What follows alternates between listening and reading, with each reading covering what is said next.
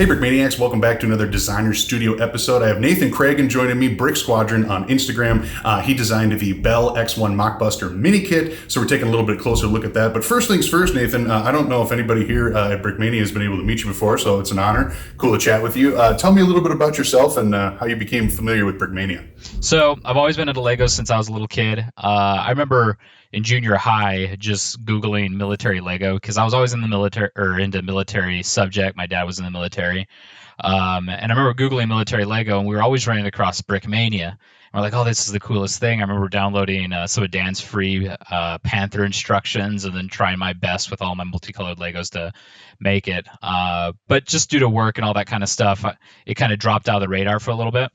I ended up joining the military myself. I'm got 12 years in now. Now doing a pilot thing, and aviation has always been a huge passion of mine. And with the COVID pandemic kicking in again, I was by myself at training. My family was back here at home, but I was off doing some training, and I happened into studio through Bricklink, and I just started making stuff. And I started doing like small little airplanes, like this little 180 scale, and mostly because I used to do plastic models all the time, and my kids would take them, they just destroy them, and once they're broken, it's like, there's no way to bring this back to the state it was before. And so I started making these Lego ones because they could take them, they could break them, they could have a great time with them, and I could just put them back together. And so I just started getting into that. And with a 180 scale, which is very similar to 1/72nd, it was really easy just to design these things like mad, and they're really cheap. They're small, and so they could enjoy them. I could display them. I have them like all over the place, and I've just loved it ever since. And I've always loved watching Brickmania. A lot of the custom models, especially the space race related ones, which is kind of ironic because that's what I got into here. So I mostly did World War II aircraft and some modern Air Force stuff, and it was last October. I'm like, oh, the anniversary of the X-1 flight's coming up. And so I started designing. I started practicing a couple new techniques because my planes used to be really blocky. In fact, like they're just like very square, like just very basic techniques. I'm like, oh, I'll try a couple new techniques. And I finished designing it, and it was honestly a really easy model to make overall, just because I kind of had an idea of how to approach it in my head. And then I made it, so I posted it on Instagram, and then Dan out of nowhere started messaging me. He's like, hey, I'm down for Brickmania. It's like, yeah, I know who you are. He's like, we would, if you're willing to, we'd love to release this with our space race. And that was an easy yes for me. It's like, oh man, I gotta be a part of Brickmania. Well, okay then, let's do that. Yeah. And so, and that's oh yeah, go ahead. Well, I was just going to say, so then with the social media account, when did you get Brick Squadron, the Instagram account, up off the ground and decide to bring some of these builds over to social media instead of just kind of making them toys for your kids? So that was actually while I was in training. So I was making them. That was actually when I first started getting into Bricklink, because all the time before that, I was always buying either someone else's Mach with their instructions or an actual official Lego kit. And so I was in Bricklink and I was just making these things, and that's when I saw you could add it to wanted list. I'm like, ooh, I can just buy the parts for this. All right. And so once I started making them, I'm like, you know what, I'll just start putting these on Instagram, because like I was kind of on my way out with social media, well, at least mainstream. I still have it and all that kind of stuff, but with just all the kind of social media climate going on, I'm just like, you know what, I'll just start posting Lego. Like, this will be my thing. While everyone else argues about this, that, or the other, I'm going to just be like, hey, look at my Legos. So yeah, that's kind of how that started. That was back in, I want to say, March or April of 2020. I started that. So it's been fairly recent. You were on the scene, but definitely making a big splash if you're already getting your models lined up to go through Brickmania. So that's got to be a pretty cool feeling. I have no problem with that. I mean, I got to do something with them, right? Right, exactly. So when you said you kind of had an idea when you were looking at this Bell X-1 kit, how you wanted it to come together, did you just kind of refine some techniques initially, and then when you decided that you were going to go all out on this one, you had a pretty good idea of how you wanted it to be composed? Or was it something that kind of once you started getting going, you were like, oh man, this is going to come together really nicely? It was definitely the latter. It was one of those where it's like, I have an idea, I'm going to start with this, because with all my 180 scale, I would always use like 2 stud width. But that was just a little bit too much, and it was kind of blocky. And so I started thinking, well, I'll just use those single studs with the studs on the side, and then I can expand outwards and almost create like a bevel shape if I need it. So I went with just that single brick with the studs on the side kind of thing. And as I started doing that, just like you said, it just started kind of coming together, using some of those slope pieces to create those round edges around the side. And it was one of those models that just kind of built itself once I started it.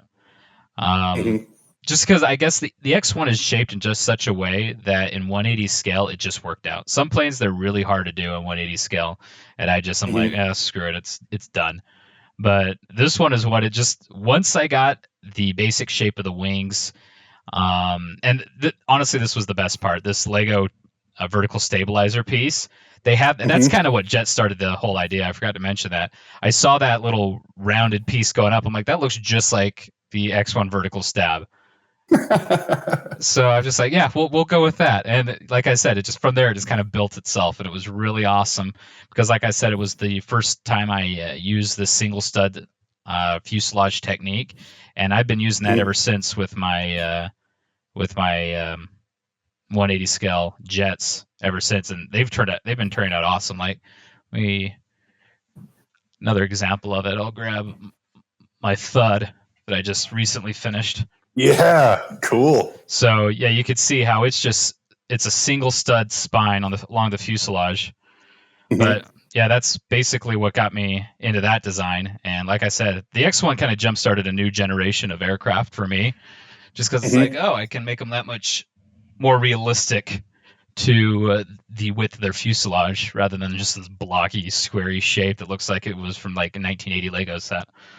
Well, I know designers here talk about all the time when they get a technique refined that allows them to more accurately capture the scale, then they just want to go and apply it to absolutely everything, because now you can go back and, like you said, kind of eliminate the amateurism from your builds and really bring them into something that blurs that line between like, holy smokes, is that made out of Lego? Because that's the reaction you want to get, right? Exactly. And so, yeah, exactly that, what you mentioned. It's just now I want to go back and revisit a bunch of my older builds that are a little blockier. And get them back in that good shape. So, when regarding the actual X1 itself, I know you talked a little bit about the anniversary, but also said you were super into space race. So, tell me a little bit about what this aircraft means for you. Go ahead and feel free to include some history, etc. So it's not so much the historical part that really gets to me, but it's almost the sentimental part. So my dad, he flew in the Air Force. He was a pilot for, I want to say 26 years, flew KC-135s, and that basically jet started my interests. And now I fly the exact same planes at the exact same unit and all that kind of stuff. But ever since I was a kid, there were always movies. Like I could tell he was kind of grooming me. Like from the start, it's all like, you should like airplanes. Yeah, I'm doing it to my own son now. So I mean, I can't say I don't know where he was coming from. But early on, I remember he showed me the movie The Memphis Belle when I was like 5 years old. I know it's PG-13, and I was definitely not 13, but that's what got me huge into military history, into aviation, and into filmmaking. And the other movie that made a profound impact was the movie The Right Stuff, and that was probably about the same age. And I remember watching the X1 scene over and over and over again as a kid, especially all the dialogue between Jack Ridley and Chuck Yeager about beamings and all that kind of stuff. But that was just such an awesome scene. And overall, the entire movie's awesome. And I love just space race history and about all the innovation, not only in fixed wing flight, but also in rocketry. And that's always been turned into a huge passion. So now I remember at 8 years old, I saw Apollo 13. And then when HBO released From the Earth to the Moon, that was like a whole mind blowing experience for me. And then ever since then, every time Lego releases a NASA kit or some sort of space race related kit, I have to buy it. And so unfortunately, I ordered the shuttle, and it gets here while I'm deployed, so I have to wait 2 months before I can lay my hands on that. And then I got the two Gemini kits that you guys just released recently. So it's just like I cannot resist buying any space race related thing. Yeah, well, when you got your theme, you're into it, right? Exactly. That and military aviation to a degree, but I don't know what it is about this space. It's just like it's space. I don't know how to explain it, but yeah, like I said, it was the right stuff that kind of jet started all of that. And at the center of it all, right at the beginning, you got the X1, and so it's kind of ironic that was kind of the kit that, for lack of a better term, took off for me. Yeah, right. I like it. Well, and it's cool too that, just that era of innovation definitely captivated a lot of people who are involved. And I think that is definitely a trend we see with people who are super into the space race kits, is they usually have a close connection of some sort with just kind of that time period and everything that was happening, because you rarely ever meet somebody who's like, oh, I just like one specific space race thing. Usually it just has to do with the entire spectrum. If they're into it, they want to consume everything. Exactly. So diving into the actual build itself, I gotta say, did you intentionally build this to line up perfectly with custom printing? Because holy smokes, did the part components work out absolutely perfect for this to be a fully printed model with no cross-element stickers? So I honestly didn't even cross my mind. I did intend to put stickers on it. In fact, here's my original prototype. I built it. I'll grab my X1A and X15 while I'm at it. I built the three of these kind of to correspond with the X-Plane. And so, yeah, here's the Brickmania version. And then here is my original prototype. Really the only difference at all were the internals. I just used light bluish gray centerpieces rather than some of the other colored ones, which I honestly like, just because it's really a lot easier to use on the for the instructions. But you could see how I kind of did the exact same thing. I just put a sticker over a two-stud tile, and then I got stickers on the nose. And I guess one of the only other differences is I actually had the tail number on the tail, which that would be a bit harder with the print since it's over two pieces. And I built all three of these models with the exact same purpose. Like there's the X1A, to eventually add stickers to them and display them with all my NASA kits. And then there's the X15. Oh, nice. That's very cool. And I just recently, I left that one up there. I haven't put stickers on this one yet, but it's the same kind of idea. There's the NF-104. This is actually one of my favorite jets. And again, that kind of goes back to Right Stuff at the very end when Chuck Yeager takes the NF-104 up, and then he has to end up ejecting because he goes into a flat spin and all that kind of stuff. So that all these are kind of going back to that little childhood passion there. Yeah, well, and that's cool, because that's what drives the continued excellence of the build. If you don't care something about something, you don't necessarily take the time to refine it into what it can possibly be. And we definitely reached kind of the pinnacle of what this model, I think, can be, because, like I said, the printing components, the way it lined up, just being able to have all that detail, and the fact that it is instantly recognizable. Yeah. I mean, even somebody who has no idea, if they just remember that one orange plane that broke the sound barrier, they instantly can recognize as that being it. Exactly. And unfortunately, the later X-Planes are a bit harder because you got like the X1A, which is just a light bluish gray. It just looks like a jet. But I mean, it's almost identical to the X1. You're right. It's the little orange plane. But like, I've seen that somewhere. I don't know if it's the Air and Space or a movie, but I've seen it, and it means something. It's important somewhere. But yeah. And I love what you guys were saying. So then I guess I was about to say, in the sit reps you always talk about, it's like one at the office, one at home. It's like, that's you can put this anywhere. And it's instantly recognizable. I love it. Yeah, and you don't quite have to haul some giant 35th scale tank, etc., and set it on your desk to have everybody be like, whoa, okay, someone's... Exactly. It's a little bit more acceptable. Yeah, with the smaller 180 scale jets, you can take them anywhere. Now, some of the bigger ones I've done of 180 scale, like I did my plane, the KC-135. That one's about on par with like a 135th scale like fighter. But yeah, these smaller ones you can put anywhere.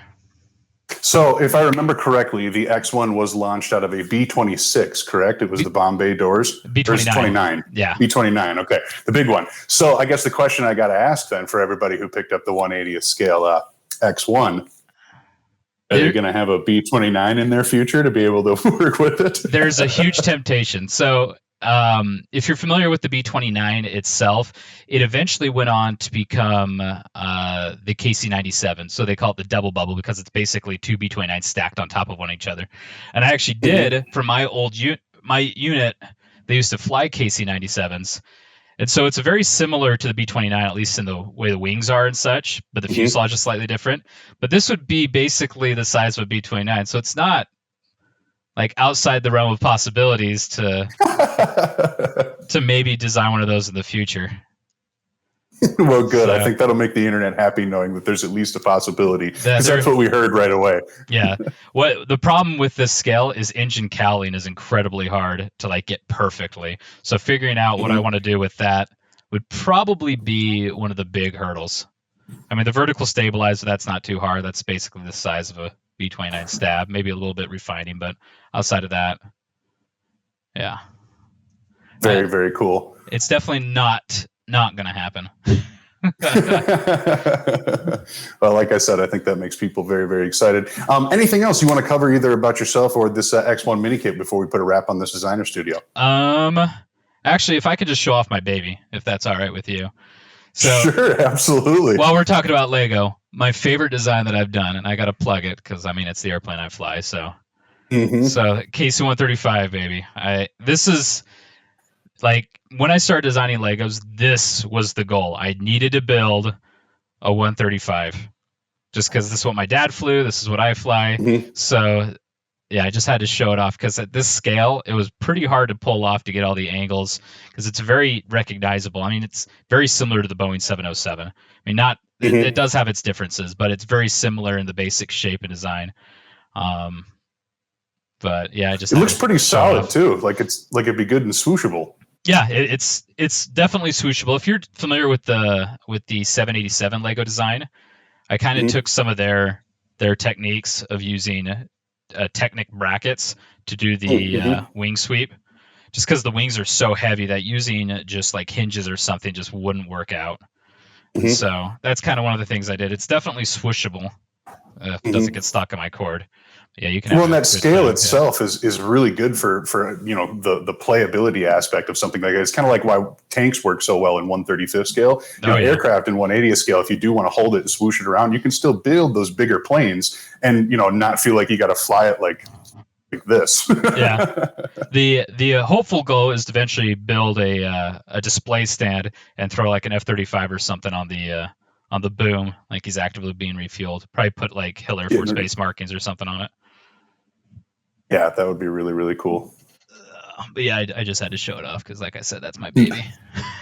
Nothing wrong with that. Well, this was cool, Nathan. Thank you for joining us, talking a little bit about the Bell X-1 Mach Buster mini kit. Looking forward to a little bit more content from Brick Squadron, etc. So we'll see what the future holds. Thank you very much for joining me, and thank you very much for watching. Appreciate you. We'll see you guys later.